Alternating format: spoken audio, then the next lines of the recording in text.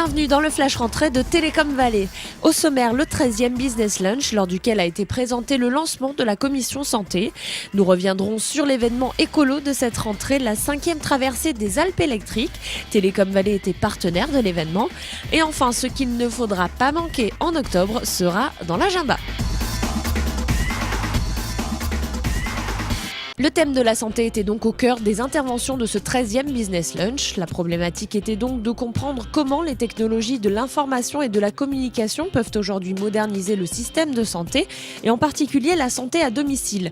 C'est ce qu'expliquait Patrick Maléa du Centre national de référence santé. Santé à domicile et autonomie, il va être important que nous le comprenions bien ensemble et que nous le partagions. Parce que ce que je vais vous amener à essayer d'imaginer au sein même de cette commission, c'est tous les projets, toutes les actions, tout le business développement qui pourra se mettre en place sous ce label santé à domicile et autonomie.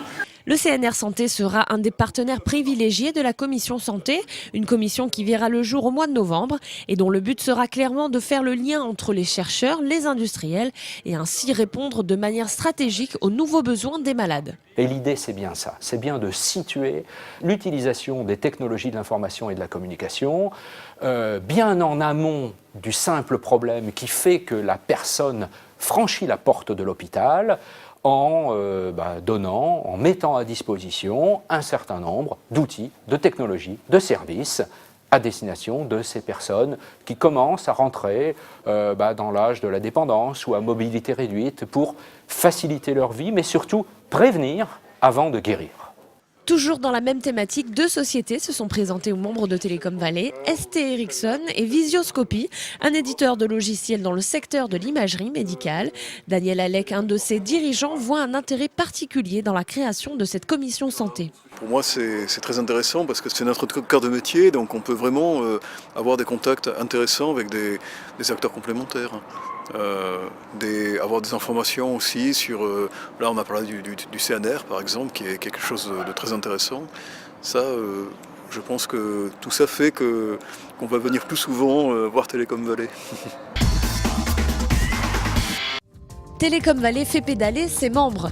L'association était cette année partenaire de RDF pour la 5e traversée des Alpes électriques. Cet événement a pour but de faire découvrir les véhicules électriques au grand public. Ils étaient une cinquantaine cette année, de 2 à 4 roues au départ de Gap, pour passer notamment le col de la Bonnette avant d'arriver place Masséna.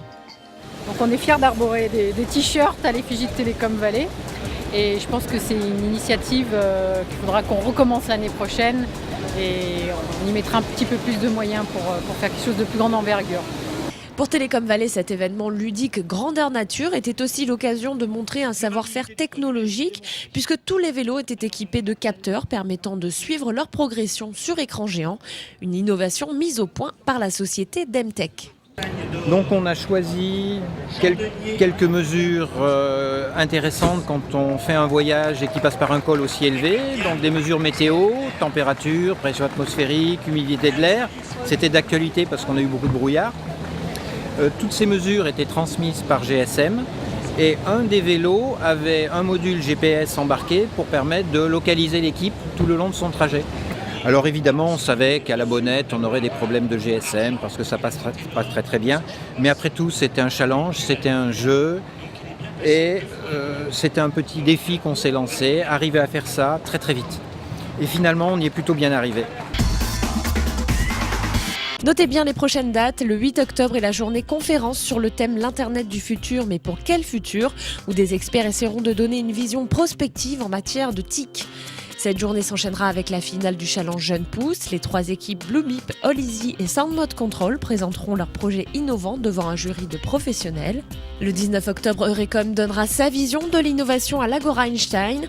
Enfin, le mois se clôturera avec le Business Lunch, avec PACA Entreprendre en présence de son président Jean-Yves Courtois, président d'Aurelia, et toutes les autres dates sur notre site www.telecom-vallée.fr.